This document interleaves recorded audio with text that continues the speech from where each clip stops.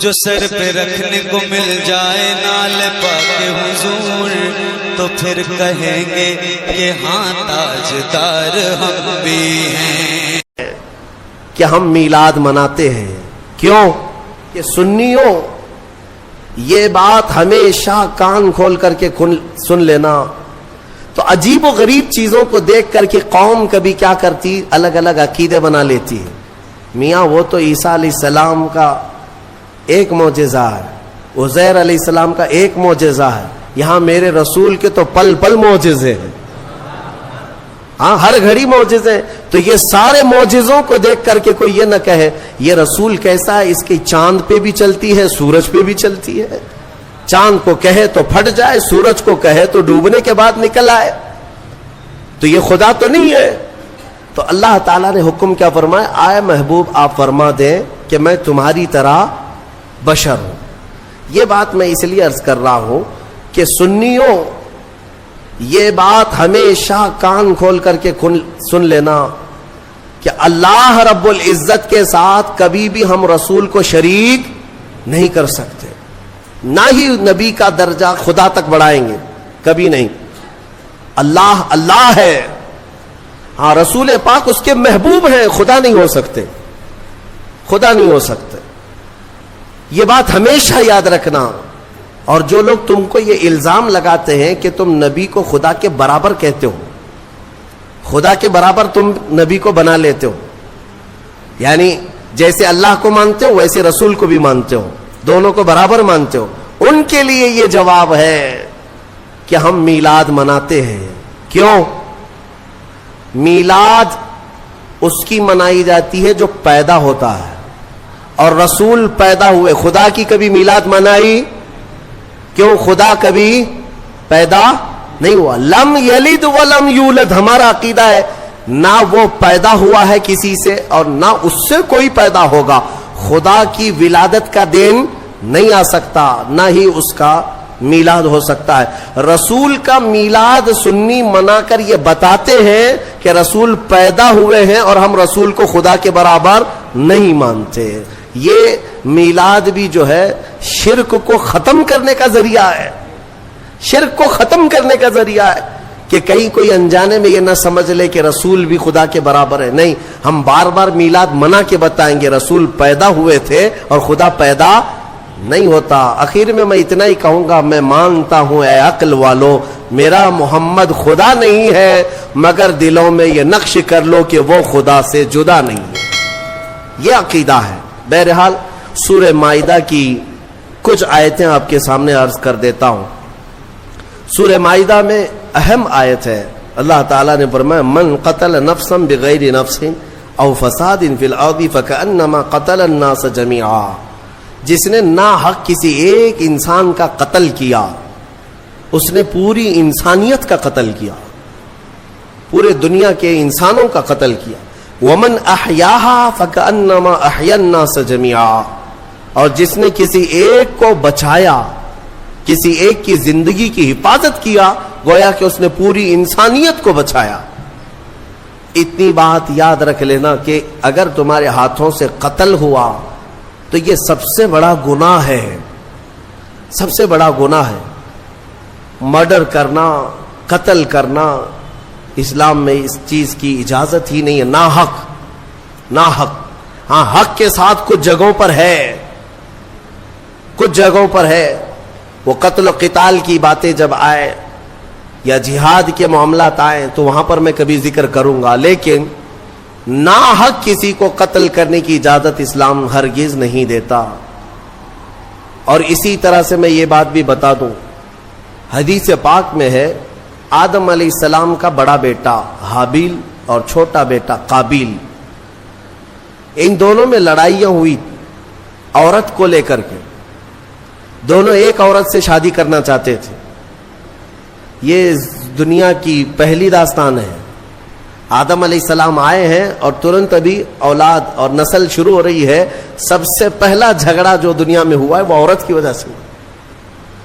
بڑا اور چھوٹا دونوں ایک ہی خاتون کو اپنانا چاہتے تھے، لیکن وہ حق حابیل کا تھا، قابیل کا نہیں. چھوٹے کا نہیں تھا، وہ بڑے کا حق تھا. آدم علیہ السلام نے کہا بھی تھا، یہاں تک کہ دونوں کو حکم بھی ہوا. یہ بھی ذکر یہ سورہ مائدہ میں موجود ہے، یہ پورا ذکر موجود ہے.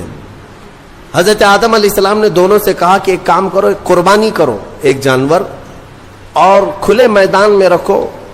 جس کی قربانی قبول ہو گئی سمجھ لو وہ حق پر ہے. قربانی قبول ہونے کا طریقہ کیا تھا؟ آسمان سے ایک آگ آتی اور وہ قربان کیے ہوئے جانور کو اٹھا لے جاتی، یعنی وہ جانور غائب ہو جاتا آگ میں. تو جس کی قربانی قبول ہو گئی وہ حق پر ہے، اس کا حق ہے. تو ہوا یہ کہ دونوں نے قربانی کی، قابیل نے بھی اور حابیل نے بھی، اور کھلے میدان میں اپنی قربانیاں رکھ دی. اللہ تبارک و تعالیٰ کی طرف سے آسمان سے ایک آگ آئی اور حابیل کی قربانی قبول ہو گئی، یعنی بڑے بیٹے کی. شادی کرنے کا اختیار بڑے کو ہی تھا. اب قربانی سے بھی پتہ چل گیا کہ حق پر یہ حابیل ہی ہے، تب بھی یہ قابیل ماننے کو تیار نہیں تھا. عورت یہ ایک ایسے فتنے کو جنم دے دی، ساری عورتوں کی بات نہیں کر رہا ہوں، عورت کا یہ ایک ذریعہ ایسا بن جاتا ہے جس میں بڑے بڑے بھسم ہو جاتے ہیں، کئی لوگوں کے تقوی ختم ہو جاتے ہیں. تو قابیل نے کہا کہ نہیں، یہ میرا ہی حق ہے، میں ہی اپناؤں گا، میں ہی نکاح کروں گا، میں ہی شادی کروں گا. جھگڑا اتنا بڑا. آدم علیہ السلام کچھ دنوں کے لیے باہر تھے تو ابلیس وہاں سے اپنی ڈیوٹی شروع کرتا ہے. سب سے پہلے انسانوں کو گمراہ کرنے کا جو اس نے شروعات کیا.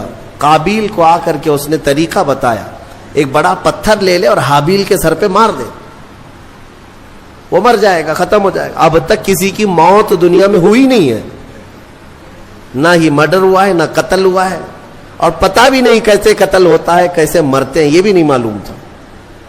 شیطان نے سب سے پہلے یہ طریقہ بتایا. تو قابیل نے ایک بہت بڑا پتھر اٹھایا اور اپنے بڑے بھائی حابیل کو، وہ ایک جگہ بیٹھا تھا، پیچھے سے جا کر سر پر دے مارا. پتھر کی چوٹ لگتے ہی وہ گر گیا اور وہیں انتقال کر گیا، موت ہو گئی حابیل کی. اب اس کو یہ تک نہیں معلوم تھا کہ مرے ہوئے کے ساتھ کرنا کیا ہے. قرآن کہتا ہے فَبَعَثَ اللَّهُ غُرَابًا يَبْحَثُ فِي الْأَرْضِ لِيُرِيَهُ كَيْفَ يُوَارِي سَوْءَةَ أَخِيهِ. اللہ نے کوے کو بھیجا. دو کوے لڑتے لڑتے آئے اور ایک دوسرے کو ٹھونگ مار رہا تھا. مارتے مارتے ایک کوے نے دوسرے کو گرا دیا، دوسرا مر گیا. یہ قابیل بیٹھا دیکھ رہا تھا کووں کے جھگڑے کو، اور اپنے بھائی کو بھی دیکھ رہا تھا کہ وہ مری ہوئی ایک لاش ہے، کیا کیا جائے. تو کووں کو سامنے اس نے دیکھا، لڑتے لڑتے ایک کوا مر گیا. دوسرے نے کیا کیا، کوے نے جلدی سے اپنے پیروں سے تھوڑی سی مٹی ہٹائی زمین کی، اور دوسرے کوے کو گڑھے میں داخل کر دیا اور پھر اس پر مٹی پھیر دیا. یہ طریقہ دیکھ کر کے قابیل نے پھر اپنے بھائی کو دفن کرنے کا طریقہ سیکھا. قرآن کہتا ہے پھر اس نے اپنے بھائی کو دفن کیا. یہ سب سے پہلا قتل دنیا میں ہوا ہے، سب سے پہلا مرڈر ہوا ہے، اور سب سے پہلی موت. اب حدیث رسول میں تمہیں سنانا چاہتا ہوں. میرے آقا صلی اللہ تعالی علیہ وسلم ارشاد فرماتے ہیں قیامت تک جتنے بھی قتل ہوں گے، قتل کرنے والے کو تو گناہ ہے ہی، لیکن ہر قتل کا گناہ قابیل کو دیا جائے گا. ہر قتل کا گناہ قابیل کو ہوگا، کیونکہ دنیا میں سب سے پہلا گناہ قتل والا اس نے شروع کیا. اسی لیے اس سے ریلیٹڈ ایک حدیث پاک بھی میں آپ کے سامنے نظر کر دوں. رسول مختار صلی اللہ تعالی علیہ وسلم ارشاد فرماتے من سن سنتا حسنتا فلہ اجرها واجر من عمل بها. جس نے کوئی نیا طریقہ ایجاد کیا، اللہ تعالیٰ اس ایجاد کرنے کا ثواب بھی اسے دے گا، اور جتنے عمل کرتے رہیں گے ان سب کا بھی ثواب اسے دیا جائے گا. اور عمل کرنے والوں کے ثواب میں کوئی کمی نہیں ہوگی، ان کو سب کو ملتا رہے گا. لیکن جس نے شروع کیا اس کو بھی ملے، اس کو سب کے برابر ملے گا. وَمَنْ سَنَّ سُنَّةً سَيِّئَةً فَلَهُ وِزْرُهَا وَوِزْرُ مَنْ عَمِلَ بِهَا. اور میرے آقا صلی اللہ علیہ وسلم فرماتے ہیں جس نے کوئی برا طریقہ اختیار کیا، ایجاد کیا، تو اس برا کرنے کا گناہ تو ہے ہی، لیکن اس کا دیکھا دیکھی جتنے لوگ گناہ کرتے جائیں گے ان سب کا گناہ بھی اس ایجاد کرنے والے کو دیا جائے گا. سوچو اے نوجوانوں, کئی لوگ ایسے ہیں جو نت نئے کام شروع کرتے ہیں اور اس کے بعد پورے نوجوان اس کی پیروی میں لگ جاتے ہیں. تم کیا سمجھتے ہو کہ آج تم بے ستر ہو کر کے گھومنے لگے, کپڑے پھاڑ کر کے ستر دکھا کر کے گھومنے لگے تو تم تو یہ سوچتے ہو یہ فیشن ہے, لیکن تمہیں اندازہ نہیں کتنے بچے اس کی نقل کرتے ہیں. تمہیں دیکھ دیکھ کر کے جتنے بچے نقل کریں گے, جتنے حرام کرتے رہیں گے, ان سب کے حرام کا گناہ تمہارے سر پر آئے گا.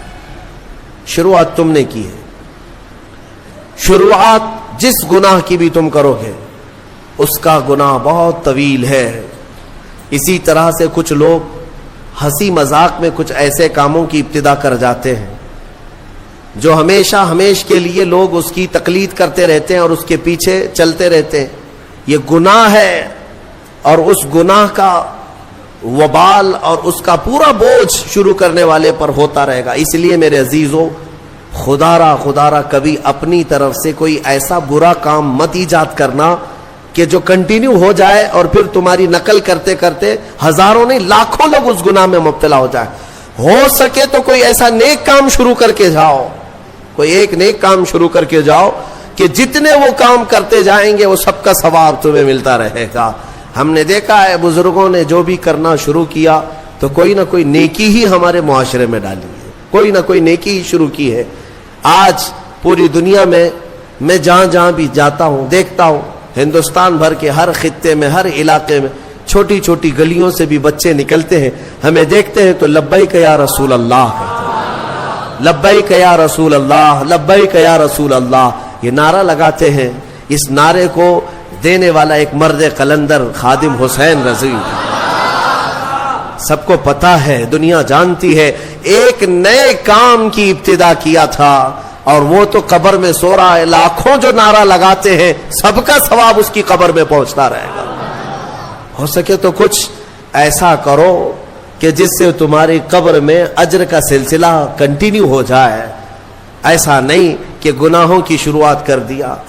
نعوذ باللہ من ذالک. کئی نوجوانوں کو ہم نے دیکھا کہ ان کو جو کچھ بھی ملا ہے, ارے بڑے پڑھے لکھے نوجوان, ان کی پوری راتیں, ان کا پورا دن ٹک ٹاک پہ گزرتا رہا ہے, مجرے کرنے میں, ننگے ہونے میں, نئے نئے کام شروع کرنے میں. ایسے نوجوانوں کو دیکھا جو مخنث بننا پسند کرے, ہجڑا بننا پسند کرتے ہیں, صرف لوگوں کو ہنسانے کے لیے, دکھانے کے لیے. مرد عورتوں کا لباس پہن کر کے, عورتیں مردوں کا لباس پہن کر کے ناچ کر کے دکھائے. ہم نے پوچھا یہ کیا ہے, اس سے ہوتا کیا ہے؟ کہا بس منورنجن ہے. کہا پھر تیار رہو قبر میں سارے منورنجن کے لیے. جتنوں کو تم نے تباہ و برباد کیا, جتنوں کے اخلاق کو تم نے ختم کیا, ان سب کا بھی وبال تمہارے اوپر ہوگا. حدیث رسول ہے, برے کام کی ابتدا تم سے نہ ہونے پائے. کوشش یہ کرو کہ تم راستہ چلو تو بچے تمہیں دیکھ رہے ہوتے ہیں اور یہ سب نقل کریں گے, ایڈاپٹ کریں گے, ہر چیز کو کیپچر کرتے ہیں. تو کوشش یہ کرو کہ ہماری اچھی چیزیں ان بچوں میں منتقل ہو جائیں, برائیاں نہیں. اللہ تبارک و تعالی برائیاں ایجاد کرنے کی بجائے ہمیں اچھائیوں کی ایجاد کرنے کی توفیق عطا فرمائے. میں نے جو آیت ذکر کی آپ کے سامنے, جس نے ایک قتل کیا اس نے پوری دنیا کا قتل کیا. اس تفسیر میں ایک بہت ہی پیاری حکایت مولا علی کرم اللہ وجہہ الکریم کے متعلق ملتی ہے.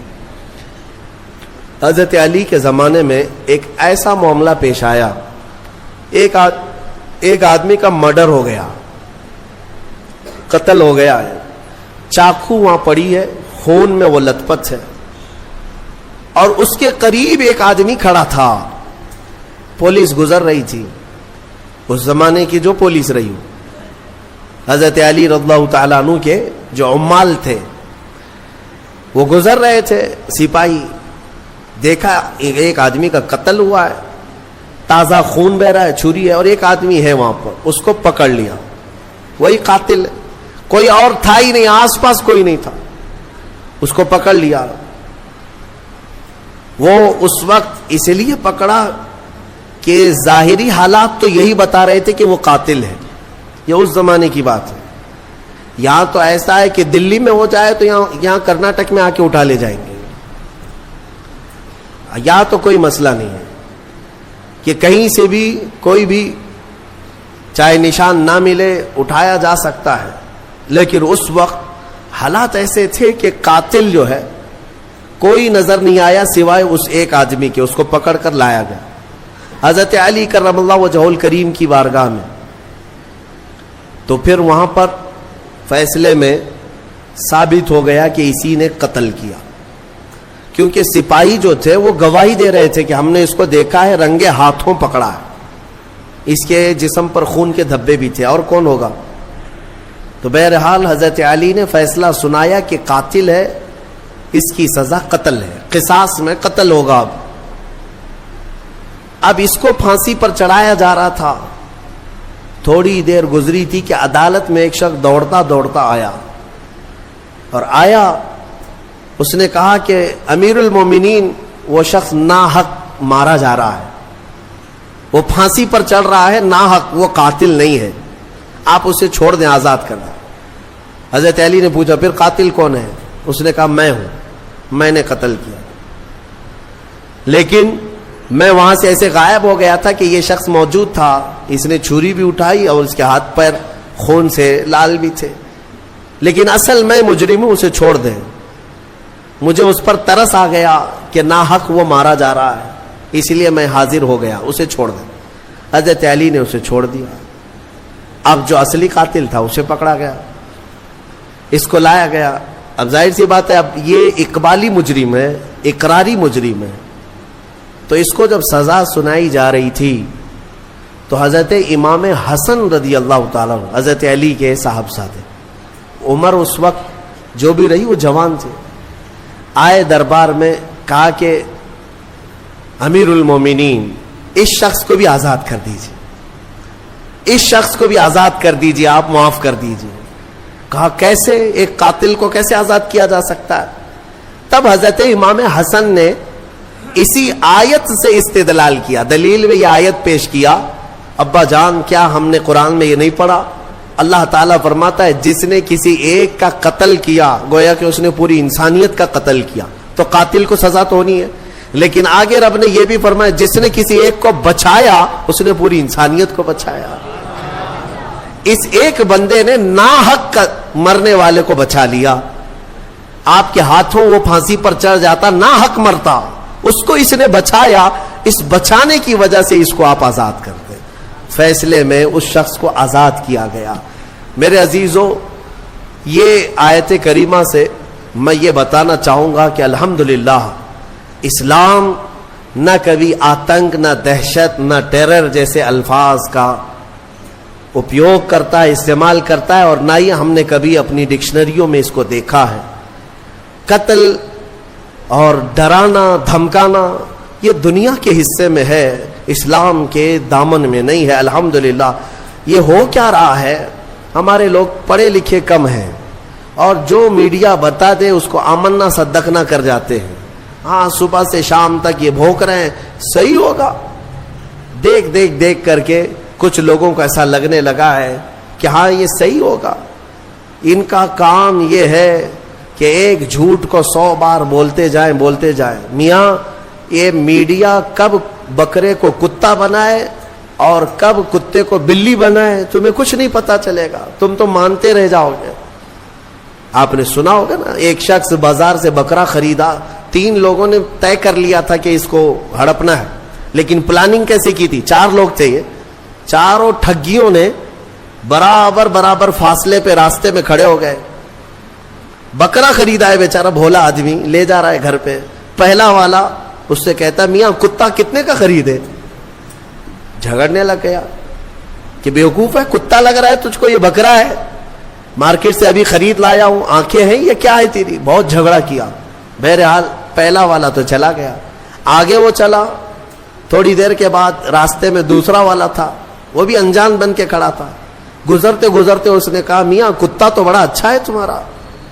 سیم ورڈ, سیم وہی بات کہا. تو پھر اس کو غصہ آیا کہ بھائی یہ کتا کیوں کہہ رہے ہو, بکرا ہے. لیکن دل میں تھوڑا سا ہونے لگا پہلا والا بھی بولا یہ دوسرا والا بھی بولا. اس کے بعد پھر اس سے بھی تھوڑا تو جھگڑا ہوا, آگے بڑھا, تیسرا بھی برابر پوائنٹ پہ کھڑا تھا. ایک دوسرے کی کوئی شکل ملتی جلتی نہیں ہے, لباس نہیں ہے, راستہ الگ ہے. تیسرا بھی ملا اور کہا میاں کتا کتنے کا خریدے؟ بہت اچھا کتا ہے. اب اس کا شک بڑھ گیا, میری آنکھیں تو کہیں اندھی نہیں ہے, میں بکرا لایا تھا کہ کتا لایا؟ وہ ٹٹول کر کے دیکھنے لگا, کہیں دھوکہ مجھے تو نہیں ہو رہا ہے. ایسا کیسے ہو سکتا ہے کہ تین لوگ وہ بھی راستے میں الگ الگ, سب کتا ہی بول رہے ہیں, بکرا نہیں کہہ رہے. اس کو بہت دل میں یہ ملال ہونے لگا کہ مجھے میری آنکھوں میں کچھ ہو گیا ہے. آگے گھر قریب تھا کہ چوتھے نے آخری کیل ٹھونک دی. چوتھے نے کہا میاں کتا تو بہت اچھا ہے آپ کا, کتنے کا کتا خریدے؟ اب بیچارہ وہ بکرا چھوڑ کر بھاگا. نہیں مجھ سے ہی غلطی ہوئی ہے, ایک آدمی بولتا دو بولتے, یہ چار لوگ اس کو کتا ہی بول رہے ہیں. یہ بکرا نہیں ہے, کتا ہے. یہ ساری میڈیا اسی طرح کتا بنا رہے ہیں, اسی طرح کتا بنا رہے ہیں. تمہارے پاس بکرا ہے, لیکن بار بار جب کتا کتا کہا جاتا ہے تو لگنے لگتا ہے کہ کہیں ایسا تو نہیں ہے کہ میرے پاس بکرا نہیں ہے. میرے عزیزو ایک بات یاد رکھنا, یہ دن میں 100 مرتبہ تسبیح پڑھیں تمہارے لیے, تمہارے خلاف,